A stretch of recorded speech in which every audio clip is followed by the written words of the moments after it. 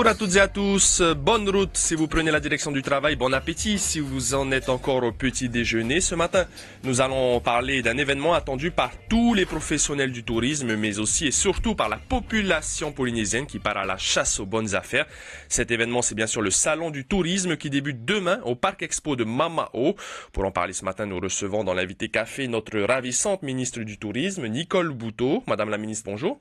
Yolana à l'ensemble des auditeurs de Polynésie Première. Alors la 19e édition du Salon du Tourisme, c'est demain jusqu'à dimanche au Parc Expo de Mamao. Près de 230 exposants cette année.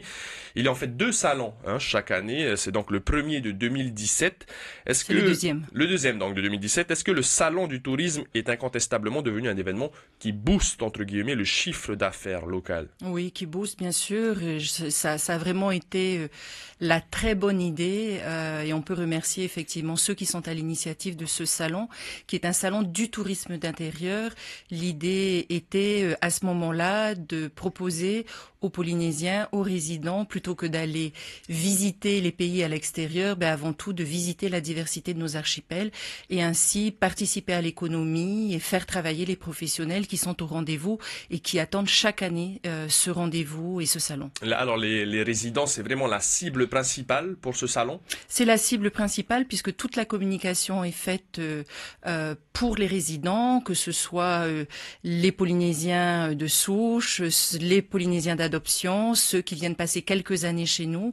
Et on le voit, dès l'ouverture du salon, il y a déjà chaque année une queue, une file d'attente avec une impatience pour attendre l'ouverture du salon. Est-ce que les touristes étrangers qui sont en vacances, notamment en ce moment, sont quand même orientés vers ce salon et peuvent quand même aller acheter des packages? Alors c'est arrivé puisque j'en ai vu l'année dernière. Alors effectivement qui étaient étonnés et donc quand on leur a expliqué l'objet de ce salon, mais ce n'est pas la cible première puisque le Tahiti Tourisme avec les agences de voyage, les tours opérateurs, l'ensemble de nos représentations sur les différents marchés, nos marchés émetteurs font ce travail d'aller capter en fait les visiteurs extérieurs. Vous l'avez précisé, c'est un salon du tourisme intérieur. Ce sont donc les séjours dans les îles qui cartonnent pendant cet événement.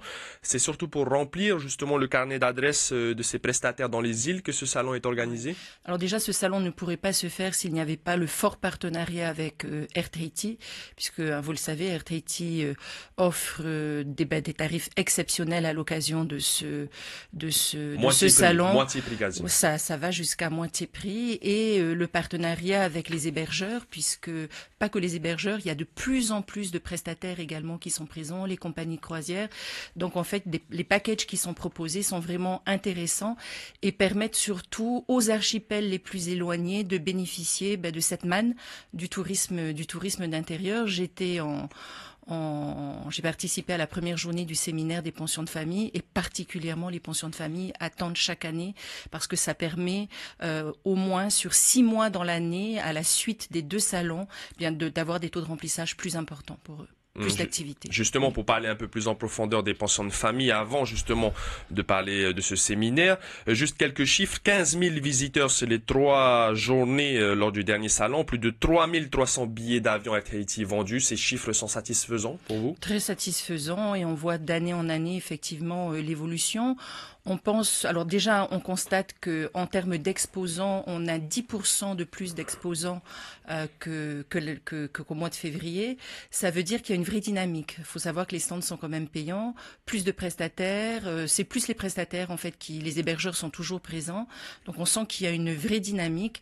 Et c'est vrai que le changement de lieu, le fait qu'on soit en centre-ville avec peut-être plus d'espace, plus d'activités, on espère avoir plus de participants, plus de public. Nicole Boutot, la ministre du Tourisme, est donc notre invitée café ce jeudi. On poursuit en parlant désormais des pensions de famille. Vous avez assisté, comme vous l'avez dit, au séminaire de l'Association des hôtels de famille mardi.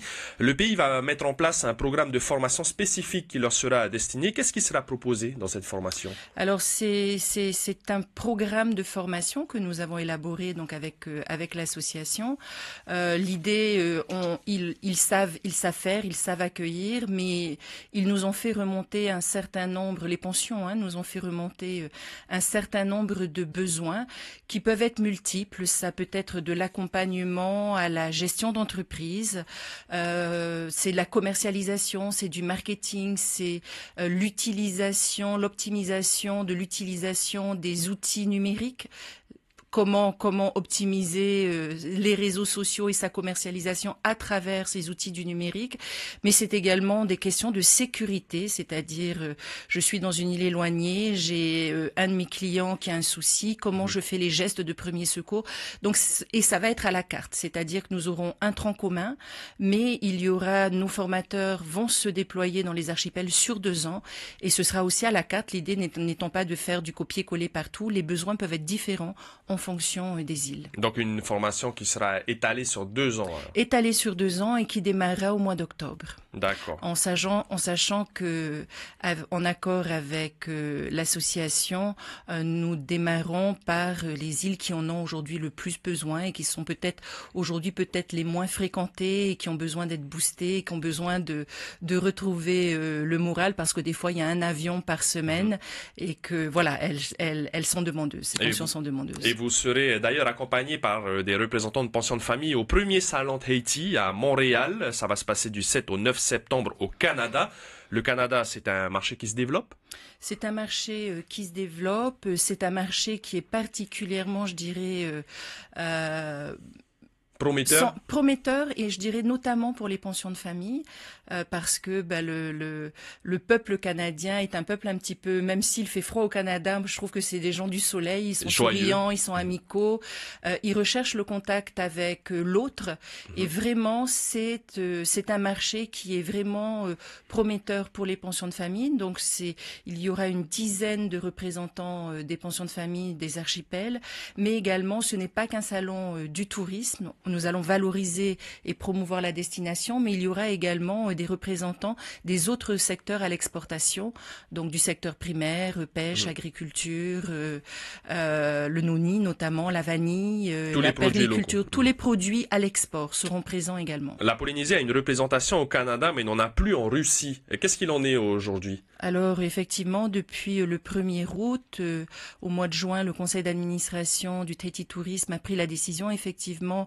de mettre fin à la convention qui lie le Tahiti Tourisme à cette représentation, parce qu'elle n'était pas mûre et parce qu'il y avait des difficultés de communication avec cette représentation. Donc c'est une fermeture pour le moment, mais le marché russe n'est pas un marché que nous écartons. Pour le moment, ce n'est pas une priorité, mais en discutant avec les professionnels, ça pourrait l'être dans 2 ans. Voilà, vous savez, les marchés bougent.